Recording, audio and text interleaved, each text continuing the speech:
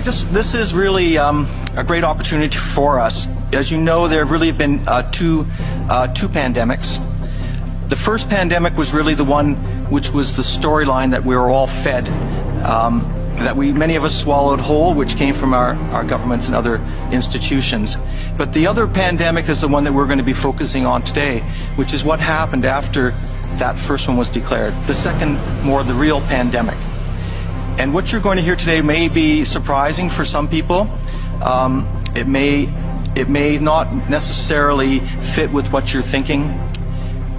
But I ask you that you open your minds and listen to what the professionals, the experts here have to say, and to let you know that it is based on science and research.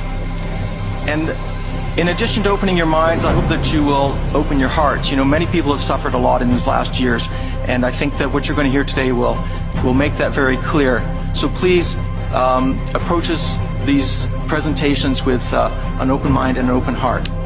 The pandemic that we alleged to have happen in the last few years also did not happen overnight. In fact, the very specific pandemic using coronavirus began in a very different time. We'll try to advance the slides here with one of these things. Oh, there we go. Most of you don't know that coronavirus as a model of a pathogen was isolated in 1965. Coronavirus was identified in 1965 as one of the first infectious replicatable viral models that could be used to modify a series of other experiences of the human condition. It was isolated once upon a time associated with the common cold. But what's particularly interesting about its isolation in 1965 was that it was immediately identified as a pathogen that could be used and modified for a whole host of reasons. And you heard me correctly, that was 1965. And by the way, these slides are public domain. You're welcome to look at every single reference. Every comment that I made is based on published material, so do make sure that you look at those references. But in 1966, the very first CoV coronavirus model was used as a transatlantic biological experiment in human manipulation. And you heard the date, 1966. I hope you're getting the point of what I'm saying. This is not an overnight thing. This is actually something that's been long in the making.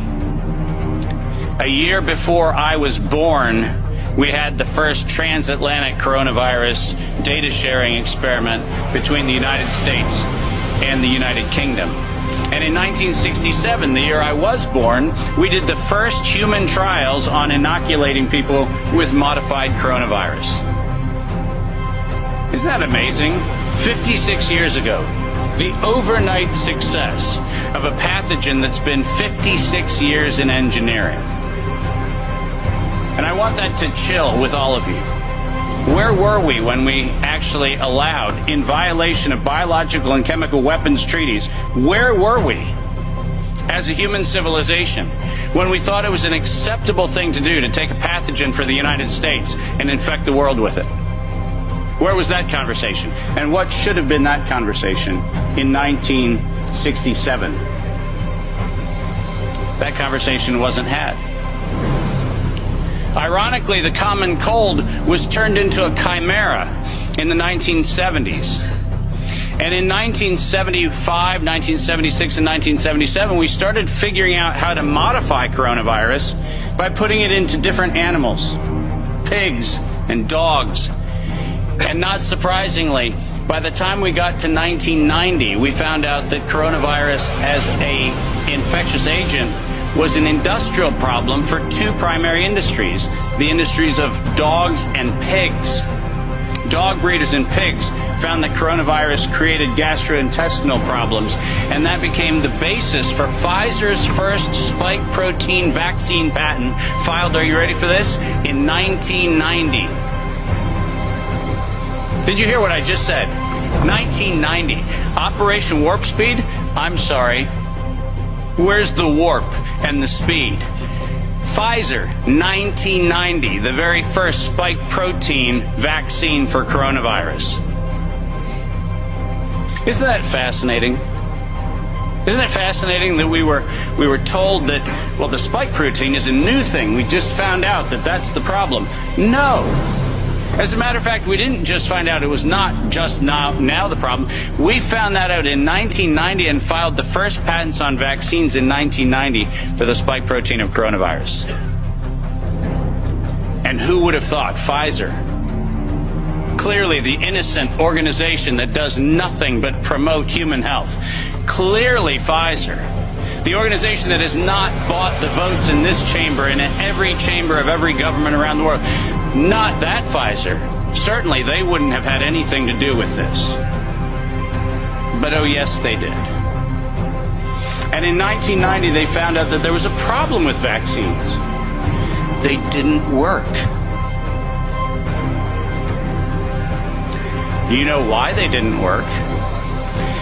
It turns out that coronavirus is a very malleable model. It transforms and it changes and it mutates over time. As a matter of fact, every publication on vaccines for coronavirus from 1990 until 2018, every single publication concluded that coronavirus escapes the vaccine impulse because it modifies and mutates too quickly for vaccines to be effective.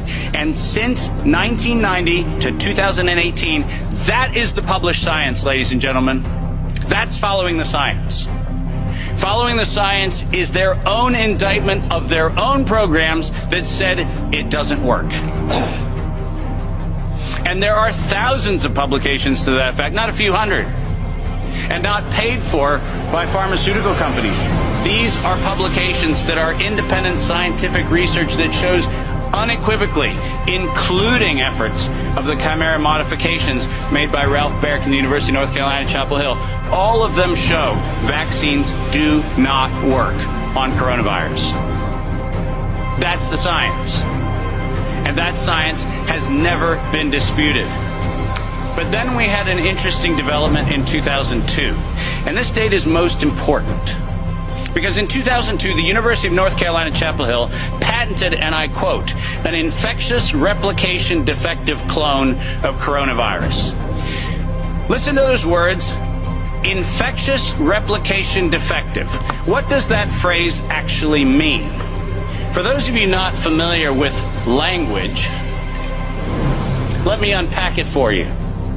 Infectious replication defective means a weapon. It means something meant to target an individual, but not have collateral damage to other individuals. That's what infectious replication defective means.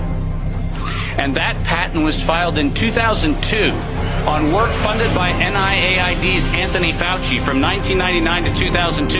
And that work, patented at the University of North Carolina, Chapel Hill, mysteriously preceded SARS 1.0 by a year. Dave, are you suggesting that SARS 1.0 wasn't from a wet market in Wuhan? Are you suggesting it might have come from a laboratory in the University of North Carolina, Chapel Hill? No, I'm not suggesting it. I'm telling you that's the facts. We engineered SARS. SARS is not a naturally occurring phenomenon. The naturally occurring phenomenon is called the common cold. It's called influenza-like illness. It's called gastroenteritis. That's the naturally occurring coronavirus. SARS is the research developed by humans weaponizing a life system model to actually attack human beings. And they patented it in 2002.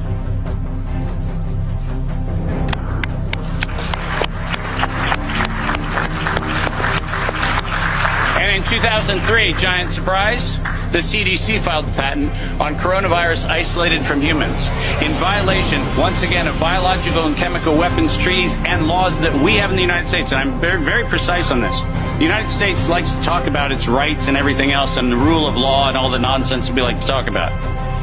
But we don't ratify treaties about, I don't know, defending humans.